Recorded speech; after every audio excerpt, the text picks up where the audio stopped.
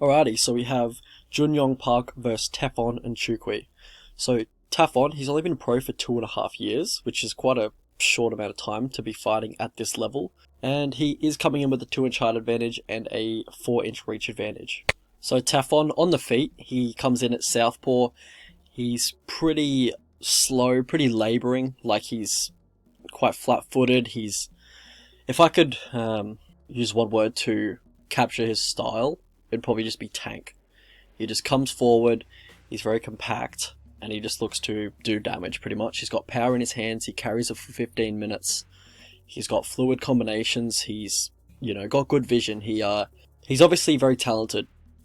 The UFC obviously see that as well. He's 5-0 and he's fighting at this level to this, and his performances back it up as well. Park, on the other hand, he looks to use his movement a little bit more. Like, he looks to be a bit more lighter on his feet. He likes to stick and move with the jab, likes to move on the back foot. He's got decent footwork, mostly moving to his right and on the back foot, so it can get a little predictable.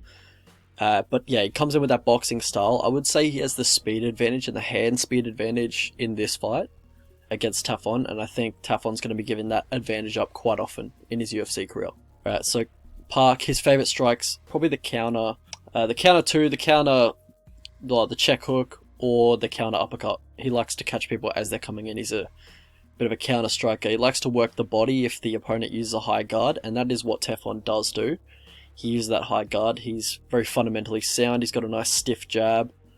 I'm talking about Tafon, that is. So he's got a nice stiff jab, and he'll look to cut off the cage to his opponent's left, and then throw a left hook as they can only circle to their right. So he kind of traps them in one direction and then tags them on the way out.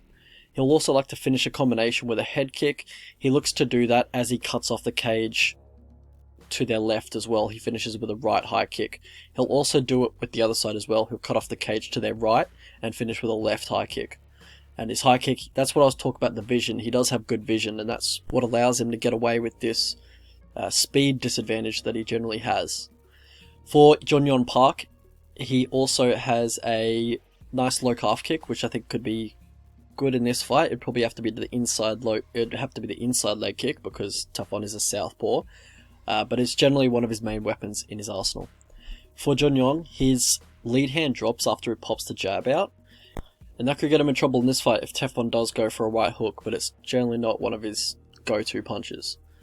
Also, Yong Park doesn't check leg kicks. Tafon doesn't really throw them. Also, he's a southpaw, not really open for him anyway.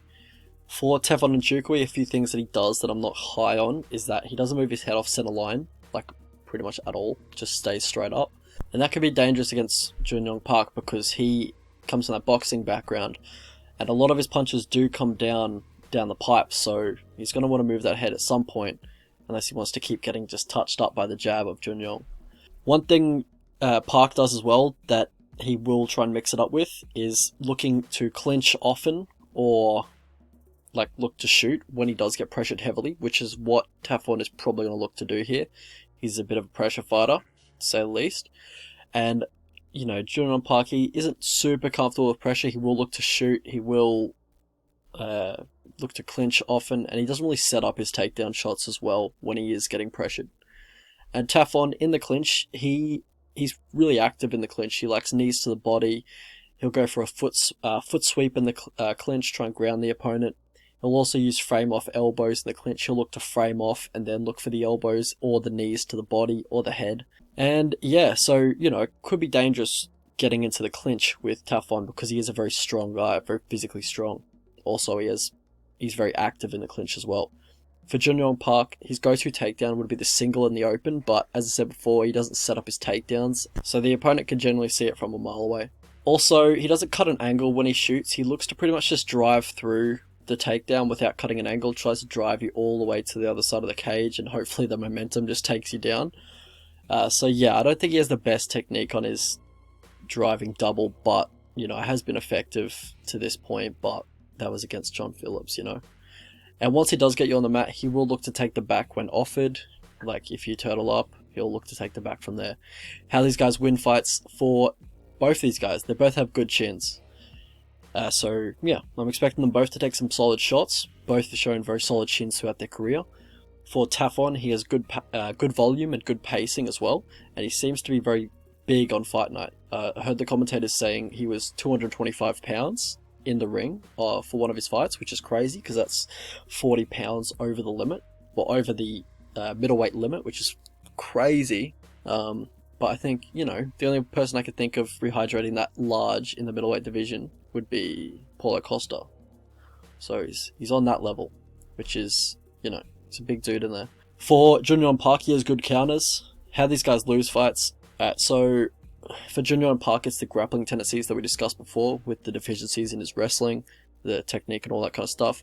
For Tafon, I think he's quite hittable and he's quite slow. You can touch him up and he is there to be hit, and he generally is giving up the speed advantage to his opponent. Path to victory for these two. For Tafon and Nchukwi, look to put the forward pressure on. Keep him outside the 2 octagon lines so it makes it harder for him to level change. Look to throw that right hook over the jab, just because he does drop the hand after he pops out the jab, as we talked about before. Cut the cage off and look to throw the high kick as he's moving to the left or right. And look for underhooks immediately if he does look to clinch, and look to disengage and then get back to the forward pressure. For Park, on the feet, look to stick and move. Hit the body if he's covering up. Also, extend on your combinations if they're landing and also he's not countering. If he's just covering up and then looking to wait for the storm to pass and then so he can get back onto the forward pressure, then just continue with your combinations and keep hitting him. Mix in the body shots as well. Look for the inside leg kicks as well, just to slow the forward pressure and the movement of Tafon. But also mix it up with the wrestling. Look for the blast double after the high kick as he's trying to regain his balance. Look to shoot if he's going to throw that lead right hook, which he will. So that can be quite slow and quite telegraphed. So yeah, when you see that, or if you get the read on that, look to level change, duck under, and then hopefully get some top control and maybe some damage on top after that. So how I see the fight going. So I taped this one a while ago, so I'm a little rusty on the details for timeline's sake. I just watched Rory McDonald choke out Curtis Millender in round 1. So it's the 30th of April in Australia, so it's 29th of April for you guys in the US and pretty much everywhere else in the world, day behind. But yeah, I remember it enough, and I remember being confident enough to place a bet on Junyon Park. But yeah, this fight was scheduled in like mid-February, which is pretty much when I taped it. So yeah, it's like 2 months ago. Still a bit fuzzy on the details, but I remember I was confident enough in the pick. So yeah, I'm not sure if Park will be able to get him down, let alone control him on the mat. Tefon's takedown defense does look solid, and he is a big dude. But I also don't know if he even needs to. I think he has the speed advantage and nice boxing. Also, he has the wrestling threat, which I can't say for Nchukwi.